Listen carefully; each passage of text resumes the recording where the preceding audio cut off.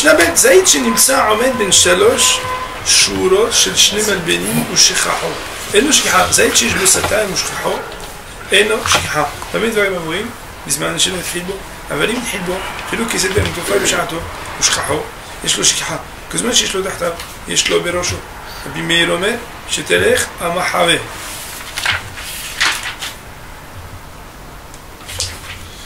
זית, un olivier שנמצא עומד בין 3 שורות, qui se trouve entre 3 rangées d'arbres. Alors il y a des petits dessins comme ça, vous allez comprendre, regardez. Vous voyez là, on ne voit pas très bien, mais sur les 3, 1, 2, 3, c'est des oliviers. Et au milieu, ce sont des plates-bandes de céréales. Les plates-bandes, ça veut dire des plantations. Donc si on a 3 rangées d'oliviers, entre les 3 rangées, en alternative, on a, après la première rangée, avant la seconde, une plate-bande de céréales, et entre la deuxième rangée et la troisième, aussi une plate-bande de céréales. Et Zaïd Shenimtsa Omed Ben Shalosh Shurot. Quand un olivier se trouve être la ligne centrale de 3 rangées d'oliviers, chez le Shne Malbenim, qui sont, on va dire, bariolés, ou en tout cas, qui ont été insérés, dans lesquels ont été insérés 2 plates-bandes. Et il a oublié cet olivier du milieu. Et no shikha, il ne s'appelle pas un olivier oublié. On verra dans le Barthénois. Un olivier qui possède 2 CA ou plus, ça ne s'appelle pas une shikha.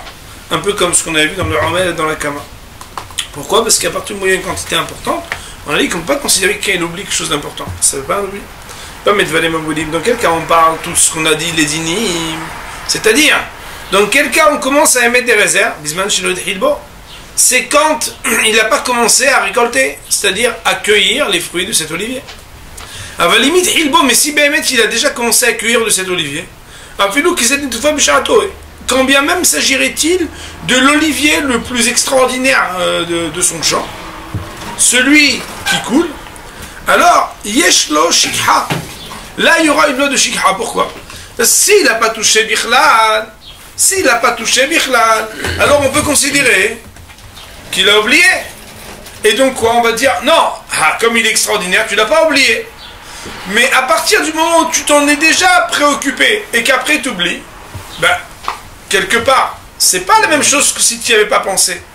Puisque tu as commencé à en cueillir ses fruits et après tu l'as laissé, alors là, ben, tu auras le loi de Shikha. Nous dit la Mishnah, tant qu'il reste à cueillir en dessous de l'arbre, alors il a le droit aussi de cueillir ce qu'il y a en haut de l'arbre. Bimeir Omer, Bimeir, il dit tant qu'il y en a même caché dans les branches, alors il peut encore profiter de cueillir n'importe quel fruit. Et ça ne s'appellera pas Shikha. Mais à partir du moment où littéralement ce qui est caché s'en va, c'est-à-dire qu'il n'y a plus rien même de caché, alors dans un cas pareil, il y aura désormais la halakha de Shikha. Voyons Barthénois.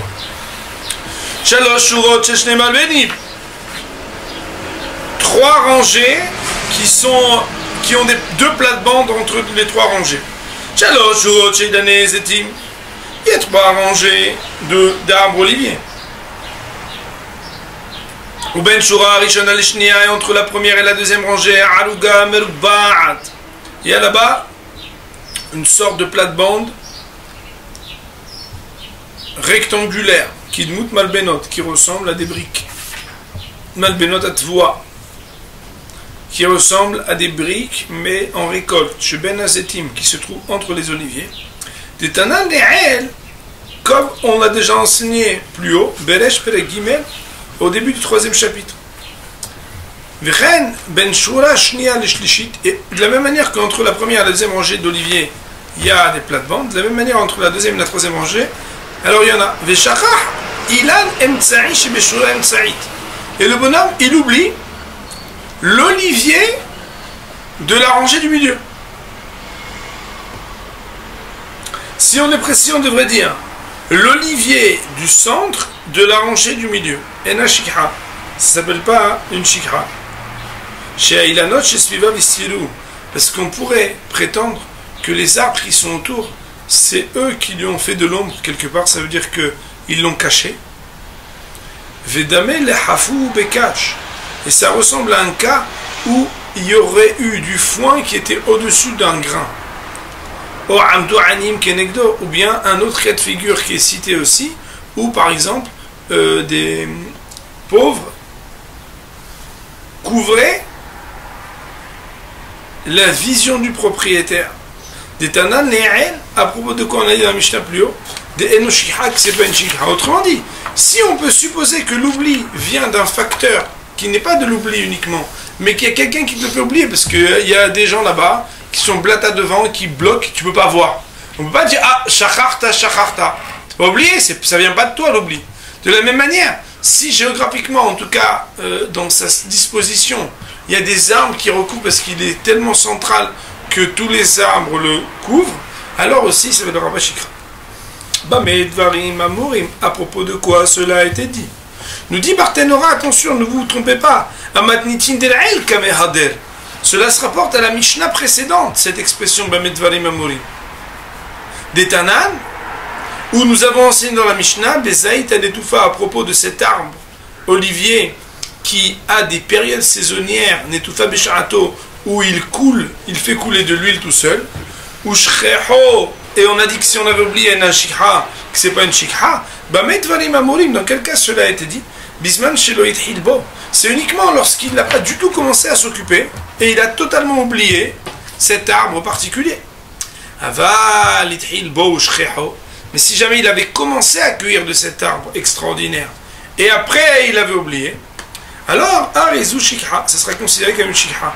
Ad Sheyebo Sataim, sauf si bien sûr il reste plus que Sataim. Ou là, à partir du moment où il reste plus que Sataim, il n'y a pas de problème. Tant qu'il en a en bas, alors il a le droit d'en prendre en haut. Ça veut dire quoi?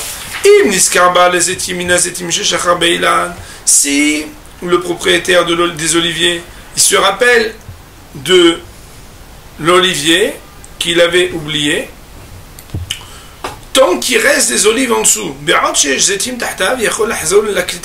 le droit de revenir accueillir. Il ne s'appellera pas un oubli ce qu'il a oublié en tête d'arbre. Et là, mais uniquement à partir du moment où il n'y a plus d'olives en dessous, c'est-à-dire sous l'arbre, alors il n'a plus le droit de considérer qu'il peut reprendre des olives de dessus. Bien entendu, on parle d'un cas où il y a moins que deux CA. Rabbi Meir, quant à lui, donne un autre critère. Il dit Mishetelech Amahave. Ça veut dire quoi? Kelomar. Cela veut dire lorsque celui qui fait la cueillette a vérifié et a recherché dans tous les coins cachés de l'olivier, alors Ave Anishar sera considéré ce qu'il reste l'Anim pour les pauvres. Keshen Ba'ala Ilan Zetim Tahtav, dans la mesure où la condition précédente sera honorée, c'est-à-dire qu'il n'y a pas d'olive en dessous. Aval Kolzman Shelobada Kamelaket Bechol Mahboué Azetim. Mais d'après Rabbi Meir, tant que celui qui fait la cueillette n'a pas vérifié dans les recoins cachés de l'olivier, Afalpi she'en zetim tartav, même s'il n'y a déjà plus d'olives en dessous à cueillir, Yachol lahzor ou le laquette, il pourra revenir et recommencer à cueillir. Ve'en alakha que Rabbi Meir, et la halakha ne sera pas comme Rabbi Meir. Baruch Adonai le'olam, amen ve'amen.